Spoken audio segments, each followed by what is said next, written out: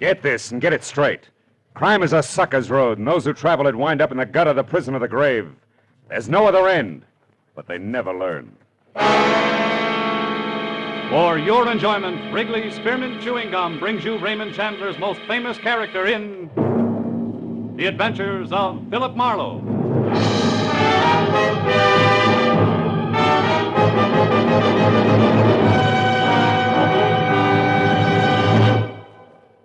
To make every day more enjoyable, treat yourself often to refreshing, delicious Wrigley's Spearmint Chewing Gum.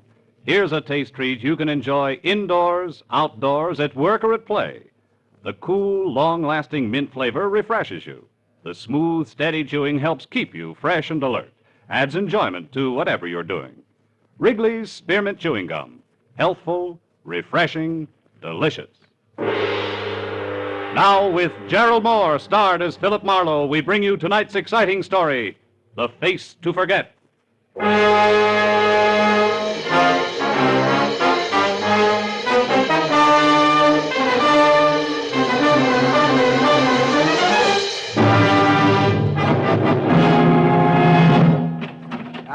All right, wise guy. I told you once you couldn't come up here to this room, Marlowe. That's right, landlord, but I found all I needed. Well, you won't be able to use it after I teach you some manners. Snooper! Oh!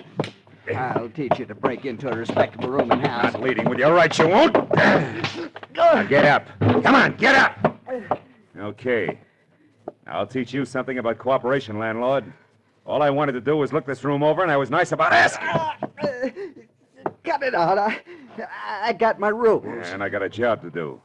I've been looking for Dave Stroud for a solid week, and his trail finally led me here. I got to look out for my roomers' privacy. Sure. Only Dave Stroud checked out of here this afternoon. He's no longer your guest. Anyway, I found enough in here to know Stroud's taking the train tonight for San Francisco.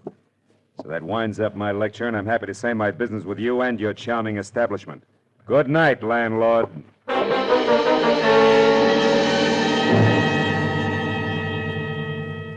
When I stepped out of the cheap, musty rooming house into the warm night, I felt for the first time in a week that I wasn't wasting my time.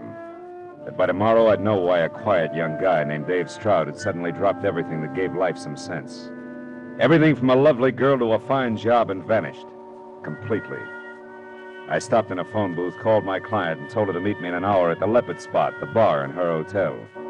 Then I made a reservation on the 10 o'clock train for San Francisco.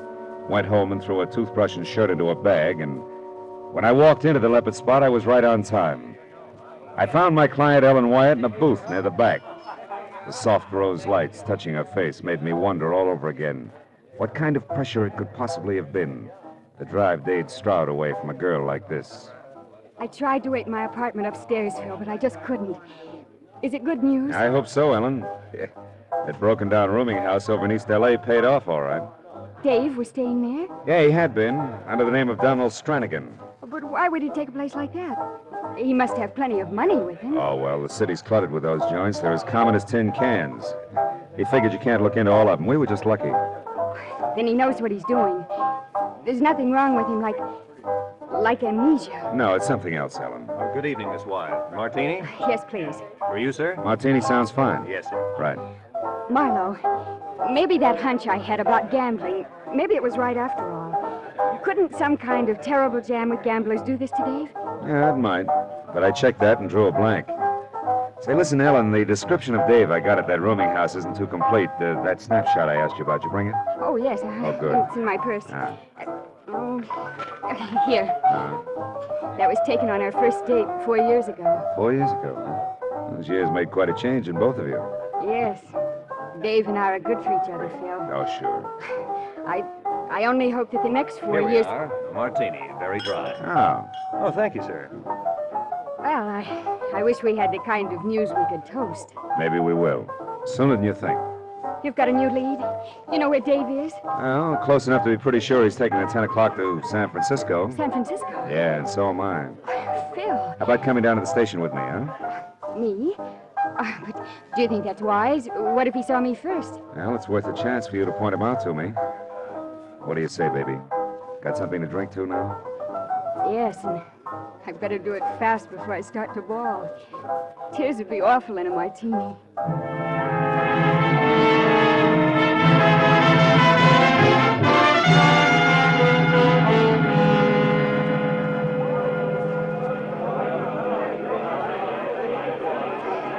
box, Phil. I still haven't seen him. Wait a minute. How about that one, Ellen? Over there at the cigar counter. Oh, the fellow in the T-shirt? Yeah. Dave couldn't look that sloppy, and besides, he's taller. Oh. Well, that's it, Phil. Yeah. Well, I guess we missed him. I better get aboard, huh? This kind of scares me. You don't think Dave just pretended to be leaving, that he tricked you? No. Those leads weren't planted. They weren't that good. Don't worry, baby. Dave will be on this train when it pulls out. I'll bet my last buck on it. Find him for me, Phil. Sure. You just keep that chin up. I will. Okay. And call me the very first chance you get. Call for train 61. Pardon me, lady. I'm sorry. Hey, you with that brown bag. Me? Yeah, just a short minute, my friend. Unless you happen to favor dirty shirt size 17.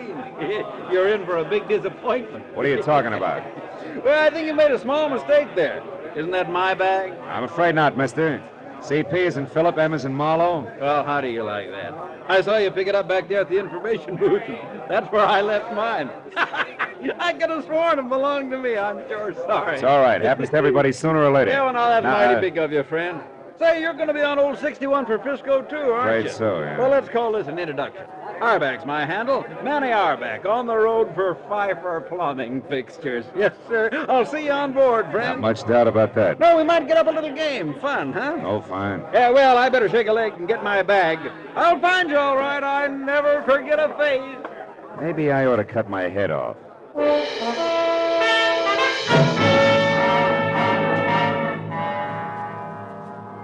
I stopped off in my compartment just long enough to drop my suitcase. Then as we pulled out, I moved through the train to the dining car and picked a seat where I could keep an eye on the rest of the tables for Dave Stroud. Well, even if I didn't recognize his face, I knew from his fiancée would handle the knife and fork European style. Be likely to order liver and bacon and drink tea without sugar, and would probably be dressed in wooled tweeds with the shirt collar open. Well, as soon as I sat down, the car began to fill. My table companion, a quiet tab collar type, had his own business and knew how to mind it. Almost 100%. Which he did for the 15 minutes it took him to eat. Well, I don't know why food always tastes better on a train, but it does. Thanks for letting me share the table with you. Oh, not at all. Perhaps I'll see you later in the club car. We might have a nightcap. Yeah, it's a deal. Fine. So long. So long. So there you are, Oh, Marlowe. fine. Hey, I've been looking high and low for you, my friend. What you doing in here? They serve nothing but food in this car, you know. Say, who's your pal? I don't know. He was here 15 minutes and we didn't get that far. I know exactly what you mean. You do? Yeah, those quiet birds give me the willies, too. You know, friend, I've seen him someplace before, and I never forget a face. You didn't catch his name, huh? He didn't throw it. He didn't throw. Oh. You like that, huh? Yes, sir, you're right on, my friend. Well, it'll come to me. Faces are kind of a hobby with me. I meet a lot of people, but I never forget a... Hey, have you lost somebody in here the way you keep looking around? Yeah, but I think I found him again. Hey, what's up? Where are you going? Play follow the lead. I'll see you, Auerbach. Hey, Marlowe, come back. You dropped something here.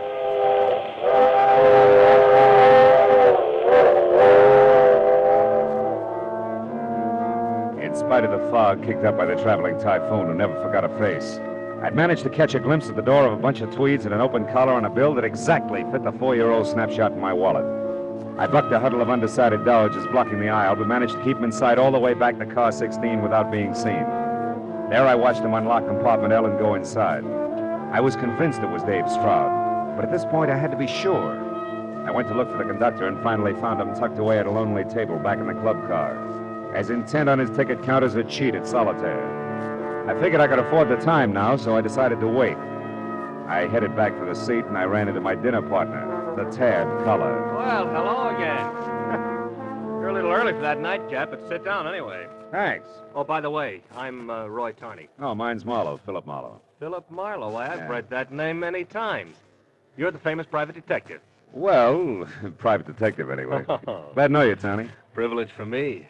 Oh, you looking for a match? Yeah. Oh, keep them. Keep them. I have others. Oh, thanks. Thanks again. Are you on a case now, Marlowe, or shouldn't I ask? Well, as a matter of fact, Hey, Yo. Marlowe, man, are you hard to hang on to. But you're mighty lucky I'm honest, my friend. You see this? Yeah, I see. It's my wallet. Yeah. When you bolted out of the dining car, you dropped it on the seat. I found it for you. Oh. Nothing fell out with this picture here.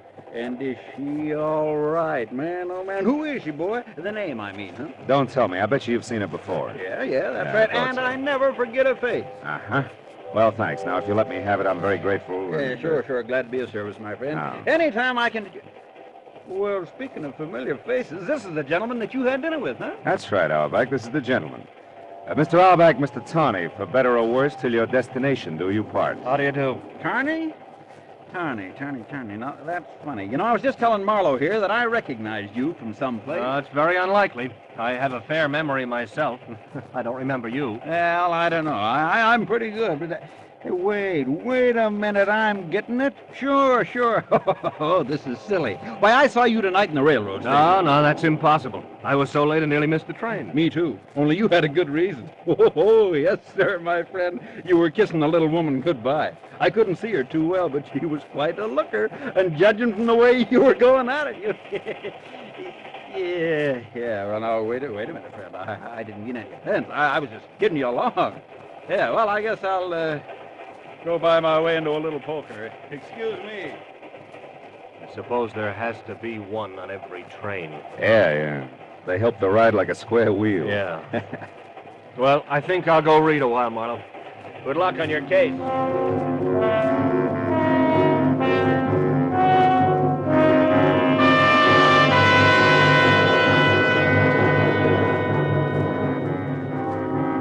When the conductor climbed out of his pile of tickets to stretch, I went over, introduced myself, and asked the $64 question.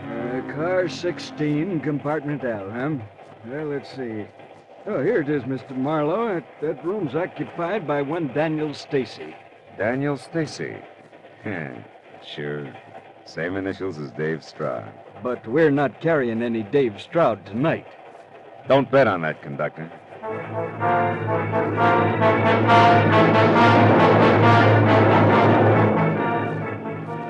It was that simple. I walked up through the train to car 16, and when I got to the door of compartment L, I'd already decided on how to handle Dave. Convince him that he had to go back to Ellen Wyatt regardless of what had happened to him. Yeah, I had it all figured until I heard it. It had come from inside. The door was unlocked, but the lights were out. When I got them on again, I realized that nothing was simple. Ever.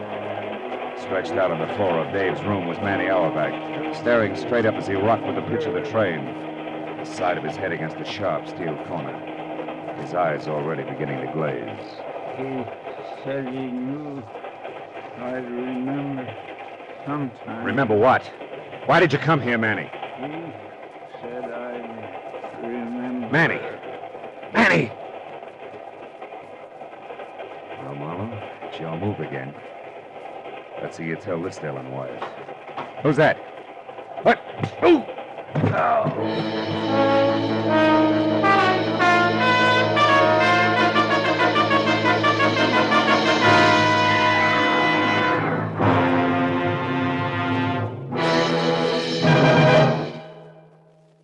To make every day more enjoyable, treat yourself often to refreshing, delicious Wrigley's Spearmint Chewing Gum. The lively, full-bodied, real mint flavor cools your mouth, moistens your throat, freshens your taste. And the chewing itself gives you a little lift, helps you keep going at your best. So for real chewing enjoyment that's refreshing and long-lasting, always keep Wrigley's Spearmint Chewing Gum handy. Healthful, delicious Wrigley's Spearmint Gum will make every day more enjoyable. Now with our star, Gerald Moore, the second act of Philip Marlowe and tonight's exciting story, The Face to Forget.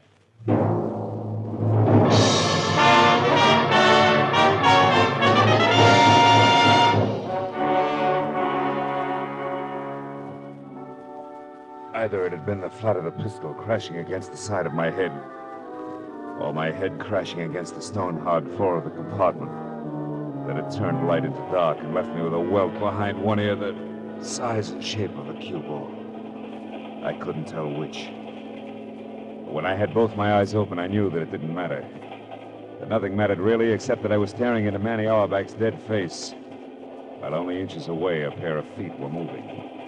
Feet that belonged to Dave Stroud, whose suitcase in tow was on his way out, one hand already on the doorknob. I went for him, or on the knees. Let go! Let go, I say! By the time I was off the floor and after him, he was well out in front. But wrestling with a heavy steel door at the end of the empty passageway slowed him down. When we reached the platform between the cars, he was almost mine. But then suddenly a hand shot out of the dark, grabbed a fistful of shirt front, and spun me hard against the opposite door. No! A hand that belonged to a man in a tan color. Mr. Roy Tawney, plus a shiny .22 automatic.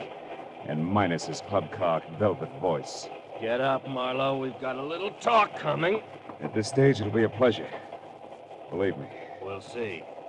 What do you want with Dave Stroud? I'm a census taker who's real... Cut it. Time is running short, Marlowe.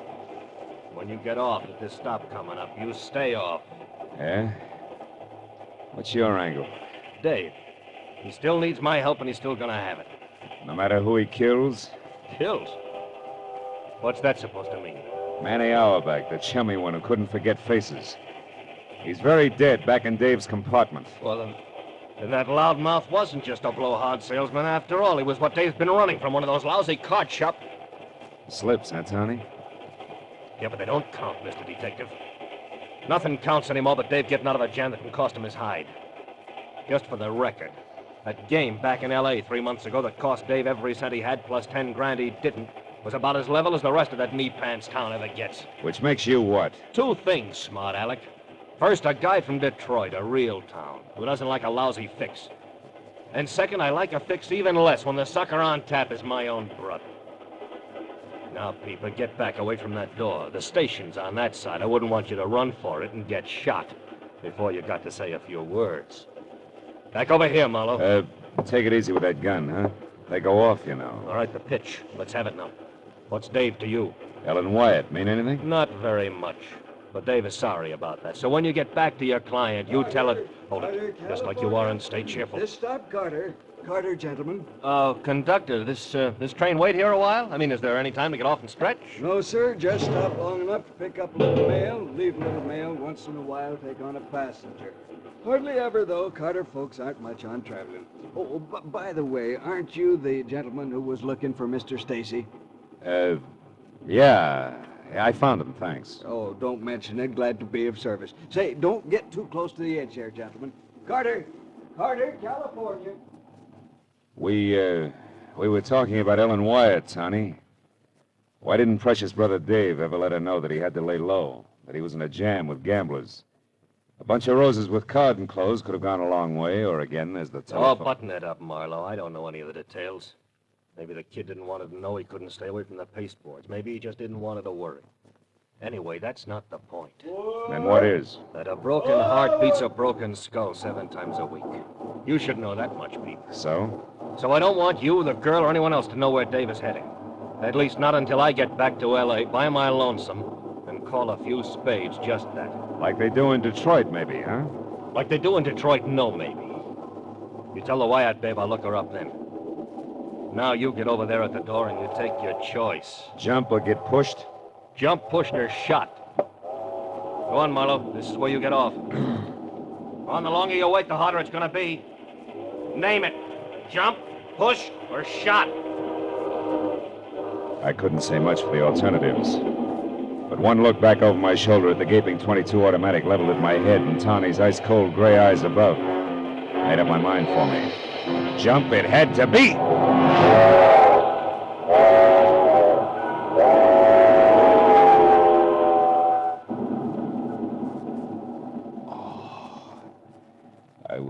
I would always remember one thing about Carter, California. The right-of-way was more sand than stone. I was grateful.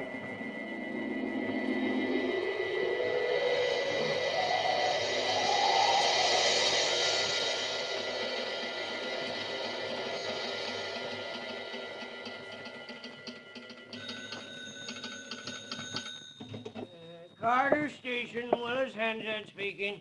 The Limited left 10 minutes ago. No package for you, Miss Lillispan.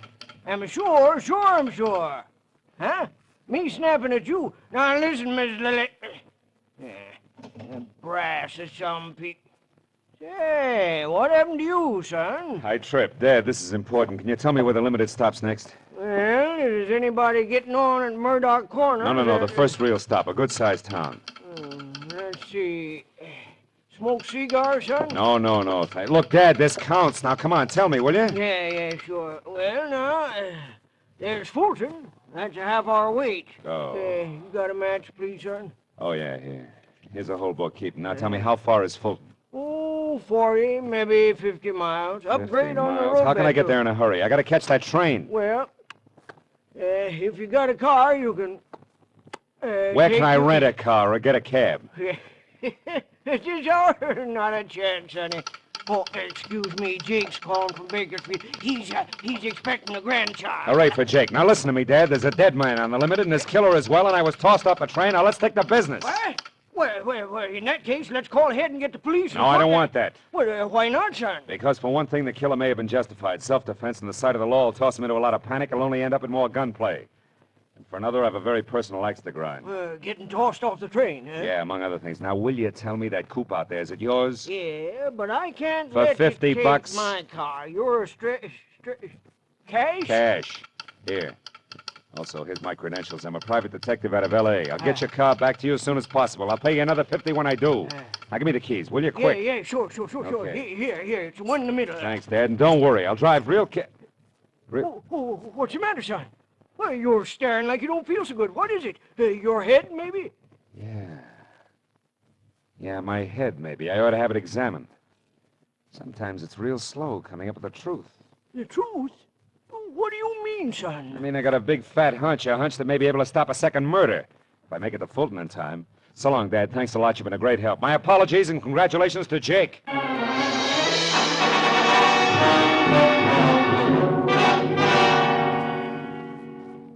Like the station agent himself, Willard Hansard's coupe was a little less than spry.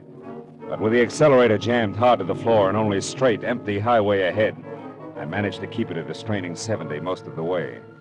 And 50 minutes later, when I tore into Fulton and followed the street markers to the station, a long, low, welcome sound in the night told me I was on time.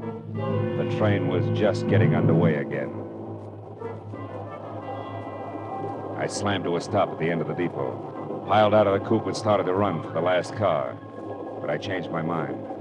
The train could chug on its merry way without me. After all, it was going without Dave Stroud and his big brother. The two men were walking down the deserted platform toward me. I slid back into the shadows of a pile of crates and waited, my hand tight on a .38 in my pocket, suddenly positive that my hunch was now a sure thing. Roy Tawney was not Dave's brother, but he was the one who had murdered Manny Auerbach in car 16, compartment L, and he was ready to try murder again. All right, Stroud, that's far enough. Hold it there. Tawney, you're out of your mind. You've got no reason to kill me. I'll never say anything. Ellen knows that. That's why I ran. I could never turn Ellen over to the police. I love her. Oh, yeah, sure, you're nuts about it. You got lots of reasons to be, haven't you? Reasons like Ellen crossing you up for me and a tall stack of dough. Reasons like knowing that we're both responsible for knocking off our ex-boss to come into that dough. Sure, kid, you got lots of reasons to love her. But, Tawney, I tell you I do. I ran away, didn't I? Oh, but of course, Mr. Stroud, of course, you ran so that you could wait for a smart time and a smart place to try blackmail. No, that's not it. I ran because I love Ellen. Because whatever she's done has been your fault. Oh, no, kid, you got it all wrong. The lady was the pilot all the way. Even to hiring a lousy peeper named Marlowe to tag you so that I'd know where to get my hands on you. The man on the floor in my compartment? The dead man? That was a loudmouth salesman with a memory for faces. He would have spoiled everything if he'd remembered that he saw me with Ellen in the railroad station and passed it on to Marlowe. I had to shut him up and then give the peeper a big cock and bull story about you being my brother and in hot water with gamblers. And Marlowe was the other one, the one who grabbed for me. That's right, Stroud. That was Marlowe. Too bad he didn't grab better, isn't it? Yeah, perfect shame, Tawney. Well, you dirty loud! He's gun! Makes two of us. Rotten pig! Is he dead, Marlowe? Yeah, Dave. Even in Detroit, he'd be called dead.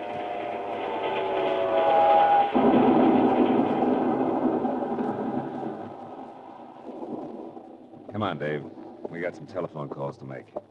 The police, for one. All right. Marlowe, is all this really true? Yeah, I'm afraid so, Dave. The girl you wouldn't turn in for murder wanted to murder you. Believe it, kid, all at once. It'll be easier later on that way. Yeah, sure. thanks, Marlowe, for getting here when you did. You saved my life. Well, not exactly. A guy named Willis Hansett gets part credit for that.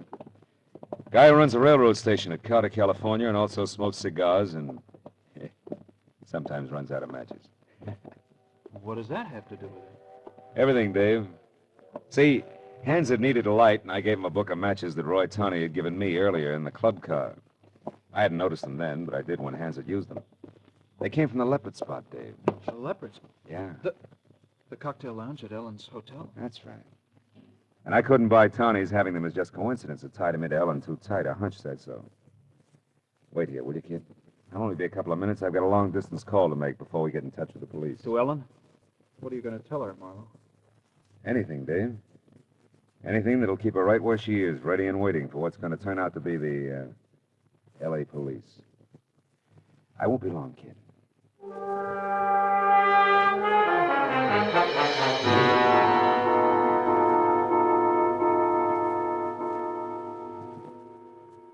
After the telephone call, Dave and I spent a long hour with the Fulton police, explaining why a man named Roy Tawney was lying in their quiet railroad station, face down in a pool of his own blood. And it was a long hour again with the railroad officials who arrived with their own set of questions. Well, it was 4 o'clock in the morning before we were finally aboard a train, heading back for L.A. Dave Stroud and I sat opposite each other in silence through that bleak, empty hour when you can almost feel the day that's coming up nudge the one that's just gone by. I was real glad to see it go. I sat there looking at Stroud and wondered if he'd ever heard the lyrics of a song a train whistle always makes me think of. My mammy done told me. When I was in knee pants, my mammy done told me, son, a woman's a two-face, a worrisome thing who'll leave you to sing the blues in the night.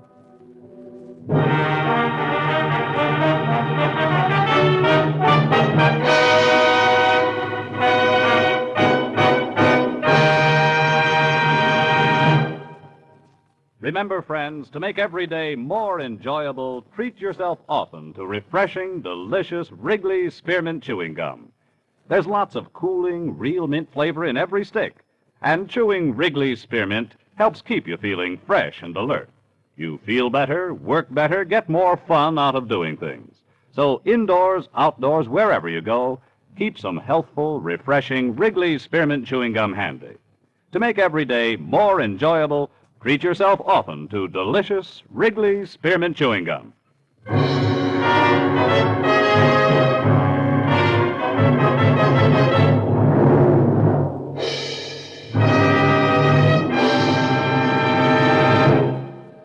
The Adventures of Philip Marlowe, bringing you Raymond Chandler's most famous character, star Gerald Moore, are produced and directed by Norman MacDonald and written for radio by Robert Mitchell and Gene Levitt. Featured in the cast were Harry Bartell, Sammy Hill, Roy Rowan, Parley Bear, Larry Dobkin, Elliott Reed, and Junius Matthews. The special music is composed and conducted by Richard Arant.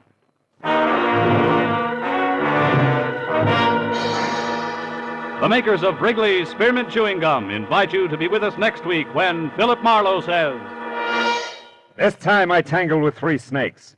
The first was made of gold, the second wore a mustache, and the third was in the bag, and each in its own way poison.